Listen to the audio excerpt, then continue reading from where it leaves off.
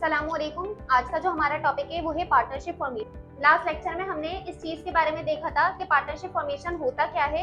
Introduction में हमने सारी चीजें बहुत अच्छे से देख ली थी कि किस तरीके से दो या दो से ज्यादा बंदे मिलकर एक बिजनेस को फॉर्म कर सकते हैं। आज हम 2015 रेगुलर एंड प्राइवेट का एक क्वेश्चन सॉल्व कर रहे हैं, जिसमें बेसिकली आपके पास दो या दो से ज्यादा चीजें भी मांग लेते हैं, यानी कि जनरल एंट्रीज भी मांग सकते हैं, बैलेंस शीट भी मांग सकते हैं, टी अकाउंट भी मांग सकते हैं। लेकिन ऐसा होता नहीं है, कभी कभी अगर मांग ले तो टी अकाउंट भी इस क्वेश्चन में आ सकता है, वरना नॉर्मली आपके पास जनरल एंट्रीज आ रही होती है या बैलेंस शीट मांग। तो आज हम 2015 रेगुलर एंड प्राइवेट की जनरल एंट्रीज सॉल्व करेंगे। ठीक है, क्वेश्चन देख लेते कि क्वेश्चन में क्या कह रहे हैं। Sorry, Maheen Ganiga boutique forms a partnership with Raheen under the name of MR Boutique on January 1st, 2015। Maheen जो है वो एक बुटीक को रन कर रही हैं। उन्होंने सोचा कि वो उनकी एक पार्टनर है राहीन, उन्होंने सोचा कि राहीन को अपने बिजनेस में एंटर कर ले।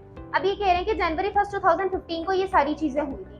The balance sheet of Maheen's boutique is as under. Maheen का जो बुटीक था उसकी एक बैलेंस शीट बनी हुई थी कि बिजनेस में क्या क्या चीजें उसके पास पहले से मौजूद थी। बैलेंस शीट आपके पास यही दिखा रही थी। क्या थी बैलेंस शीट में? कैश जो था वो 50,000 से कैश पड़ा हुआ था, अकाउंट रिसीवेबल 250,000 से था, allowance for bad debt 20,000, merchandise inventory 340,000, prepaid rent ₹30,000, store equipment ₹5 lakh, accumulated depreciation ₹1 lakh, accounts payable ₹97,000 and notes payable ₹80,000। Balance sheet में सारे एसेट्स, लाइबिलिटीज, सारी चीजें उन्होंने बता दी कि बुटीक की जो बैलेंस शीट थी उसमें क्या क्या चीजें पड़ी हुई थी, माहीन की बैलेंस शीट थी। अब जब उन्होंने बिजनेस उसकी बैलेंस शीट की सारी चीजें हमने ये देख ली, अब उन्होंने उस बिजनेस के अंदर क्या क्या चीजें इन्वेस्ट की, अब हम वो चीजें देखेंगे। कह रहे कि Maheen transfer to the partnership her asset except prepaid rent and liabilities on the following values. Maheen ने पार्टनरशिप बिजनेस में अपने एसेट्स को ट्रांसफर किया सिवाय प्रीपेड रेंट के, एक्सेप्ट प्रीपेड रेंट लिखा हुआ है यहाँ पर, सिवाय प्रीपेड रेंट के, and liabilities on the following values. और कुछ लाइबिलिटीज थी और कुछ एसेट्स थे जिनकी वैल्यूज को उसने चेंज किया। बैलेंस शीट में कुछ और वैल्यूज थी लेकिन अब उन्होंने वैल्यूज को चेंज किया। क्या क्या किया? Accounts receivable ₹250,000। पहले जो अकाउंट रिसीवेबल था वो 250,000 से था, लेकिन उस पर अलाउंस फॉर बैड डेट भी था। लेकिन अब हम सिर्फ अकाउंट रिसीवेबल 250,000 से लेके जाएंगे, कोई बैड डेट लेके नहीं जाएंगे।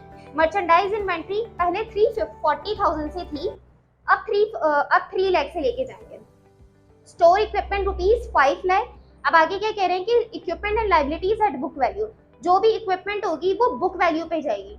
तो स्टोर इक्विपमेंट की जो कॉस्ट आपके पास दी हुई थी वो 5 लाख से दी हुई थी और एक्यूमुलेटेड डेप्रिसिएशन 1 लाख से गिवन था। तो बुक वैल्यू आप इजीली निकाल सकते हैं, कॉस्ट में से एक्यूमुलेटेड डेप्रिसिएशन को माइनस कर देंगे तो आपके पास बुक वैल्यू आ जाएगी, और जो लाइबिलिटीज थी वो अपनी अपनी वैल्यूज पर ही जाएंगे। आगे क्या कह रहे हैं? Goodwill of Maheen is to be recognised at ₹1 lakh. यहाँ पर हमें गुडविल भी दी हुई है माहीन की, और वो दी हुई पूरे आपके पास 1 लाख से, वो भी जाएगी पार्टनरशिप फॉर्म में। आगे कह रहे हैं कि जब दूसरी पार्टनर जब बिजनेस में एंटर होती है, राहीन invest land ₹2 lakh and building ₹60,000। Maheen जब बिजनेस में एंटर हुई तो उन्होंने बिजनेस में क्या इन्वेस्ट किया? 2 लाख की बिल्डिंग इन्वेस्ट की, 2 लाख की लैंड इन्वेस्टमेंट की और 60,000 की बिल्डिंग को इन्वेस्ट किया। She also contributes sufficient cash to make her capital equal that of Maheen. उसने क्या किया कि उसने अब कुछ एसेट्स तो इन्वेस्ट कर दिए, साथ साथ उन लोगों का कोई एग्रीमेंट हुआ होगा कि उन दोनों का कैपिटल जो हो वो बराबर बराबर हो, तो उसने अपने कैपिटल को माहीन के कैपिटल से इक्वल करने के लिए कैश को भी इन्वेस्ट किया। रिक्वायर्ड में कह रहे हैं कि प्रिपेयर जनरल एंट्रीज और इनिशियल बैलेंस शीट। तो आज हम जनरल एंट्रीज देख रहे हैं, तो अभी हम एंट्रीज देख लेते हैं। अब हम क्या क्या रिकॉर्ड करेंगे जनरल एंट्रीज में? जो माहीन ने इन्वेस्ट किया बिजनेस में और जो राहीन ने इन्वेस्ट किया। तो माहीन ने क्या क्या चीजें इन्वेस्ट की उसने, हम यहाँ पर आप देखिए जो बैलेंस शीट आपके पास लिखी हुई थी, बैलेंस शीट जो बनी हुई थी उसमें स्टार्ट में आपके पास कैश भी दिया हुआ था। तो कैश भी उसने इस पार्टनरशिप फॉर्म में इन्वेस्ट किया था सिवाय प्रीपेड रेंट के, बाकी सारे एसेट्स और लाइबिलिटीज वैसी की वैसी चली जाएंगी। तो सबसे पहले आपके पास एंट्री हम बनाएंगे माहीन की। तो सबसे पहले कैश उसने इन्वेस्ट किया 50,000 से। तो कैश जैसे उसने बिजनेस में इन्वेस्ट किया होगा तो कैश बढ़ जाएगा पूरे 50,000 से। तो हम कैश को डेबिट साइड पे रिकॉर्ड करेंगे 50,000 से, ये हमने यहाँ पे रिकॉर्ड किया, ये डेबिट हो गया। उसके बाद अकाउंट रिसीवेबल 250,000 से बैलेंस शीट में था, लेकिन उसने अकाउंट रिसीवेबल नीचे जो अग्रीड वैल्यू हुई थी वो 250,000 से ही हुई थी, तो अकाउंट रिसीवेबल भी आपके पास 250,000 से ही चला जाएगा।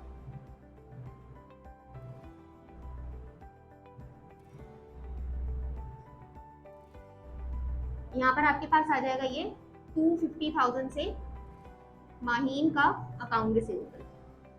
आगे क्या कह रहे हैं, अलाउंस फॉर बैड डेट नहीं लेके जाएंगे। मर्चेंडाइज इन्वेंट्री रुपीज 340,000 से बैलेंस शीट में गिवन थी, लेकिन अग्रीड वैल्यू जो मर्चेंडाइज इन्वेंट्री की हुई है वो 3 लाख से हुई है। पहले 340,000 से थी, अब 3 लाख से हुई है, तो आप इसको यहाँ पे 3 लाख से ही रिकॉर्ड करेंगे जो उन्होंने अग्री किया था। तो यहाँ पर आ जाएगा मर्चेंडाइज पूरे 3 लाख से बिजनेस में इन्वेस्ट की, एसेट है, बढ़ती है तो आपके पास आ जाएगा ये डेबिट। 3 लाख से मर्चेंडाइज इन्वेंट्री डेबिट हो गई। देन आपके पास क्या कह रहे हैं, प्रीपेड रेंट 30,000 से दिया हुआ है, नीचे लिखा हुआ था कि प्रीपेड रेंट को लेकर नहीं जाना तो उसको नहीं लेके जाएंगे। स्टोर इक्विपमेंट रुपीज 5 लाख और एक्यूमुलेटेड डेप्रिसिएशन 1 लाख।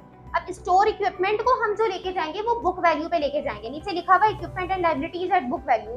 तो इक्विपमेंट की अगर हम बुक वैल्यू निकालेंगे तो बुक वैल्यू कैसे निकलेगी, आपके पास आ जाएगा ये स्टोर इक्विपमेंट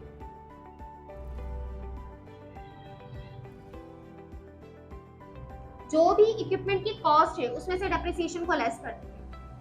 5 लाख की कॉस्ट थी, 1 लाख का डेप्रिसिएशन था, इधर ही माइनस कर दें, डायरेक्ट आपके पास आ जाएगा सोल्ड है। इक्विपमेंट को हम यहाँ पे लेके चले गए। अकाउंट्स पेबल दिया हुआ है 97,000 से एंड नोट्स पेबल आपके पास दिया हुआ है रुपीज 80,000 से। तो अकाउंट्स पेबल आपके पास लायबिलिटी है, बढ़ती है तो क्रेडिट होती है, तो यहाँ पर हम उसको क्रेडिट साइड पे लिख लेंगे अकाउंट्स पेबल।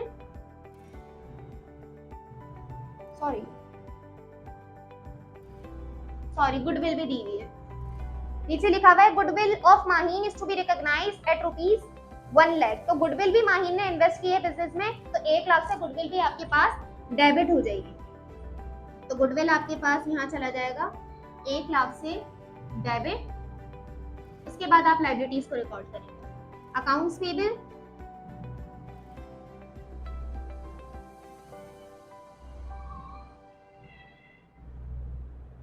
कितने से दिया हुआ है, 97,000 से क्रेडिट हो जाएगा पूरा अकाउंट्स पेबल। और नोट्स पेबल आपके पास दिया हुआ है लास्ट लायबिलिटी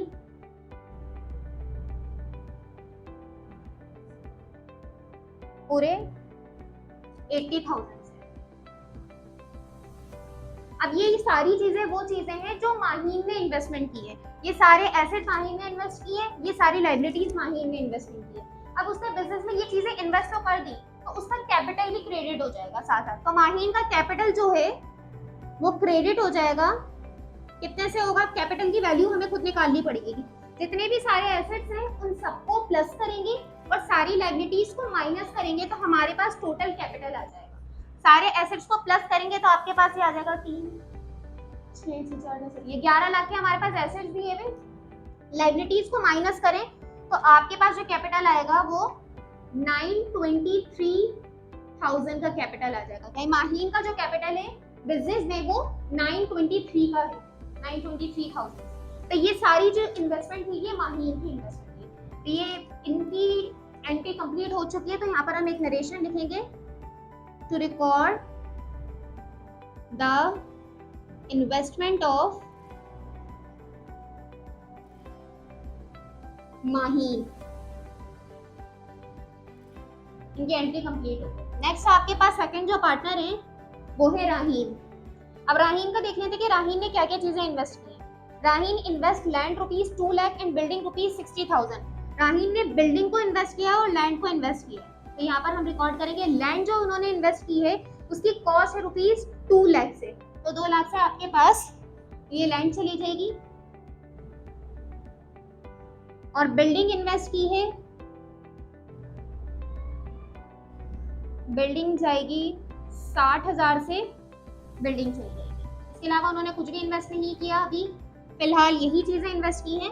तो राहीन का कैपिटल क्रेडिट करेंगे हम।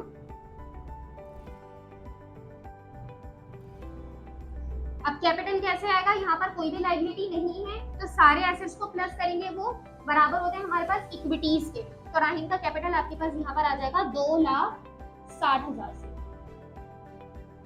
ठीक है, यहाँ पे लिखेंगे to record the investment of राहीन।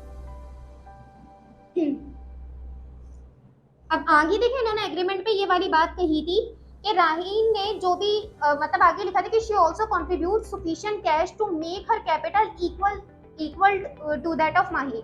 मतलब वो और भी कैश को कंट्रीब्यूट करेगी पार्टनरशिप बिजनेस में अपने कैपिटल को इक्वल करने के लिए, यानी कि माही के कैपिटल के बराबर लाने के लिए। दोनों की बराबर बराबर इन्वेस्टमेंट होनी चाहिए। अगर 923,000 से इसकी इन्वेस्टमेंट है तो 923,000 से इसकी भी इन्वेस्टमेंट होनी चाहिए। जबकि राहीन ने अपने जो एसेट्स दिए वो 2,60,000 के लिए, बाकी रिमेनिंग जितना भी होगा वो सब कैश के ऊपर जाएगा। तो राहीन जो कहे वो दोबारा से कैश की इन्वेस्टमेंट करेंगी। थर्ड एंट्री में हम बनाएंगे कैश जो उन्होंने इन्वेस्ट किया वो इन्वेस्ट करेंगी 663,000 का। अब ये 663,000 कैसे आया, हमें कैपिटल किसके बराबर लेकर आना है 923,000 के। तो 923,000 में से 260,000 को वो माइनस करेंगे तो आपके पास आ जाएगा 663,000, यानी इतनी इन्वेस्टमेंट वो और करेगी। और राहीन का कैपिटल बढ़ गया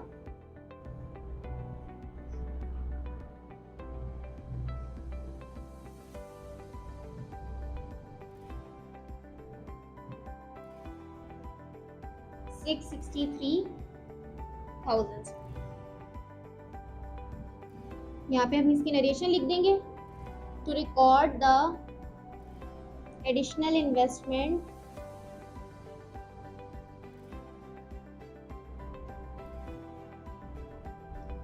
बाय राहीन।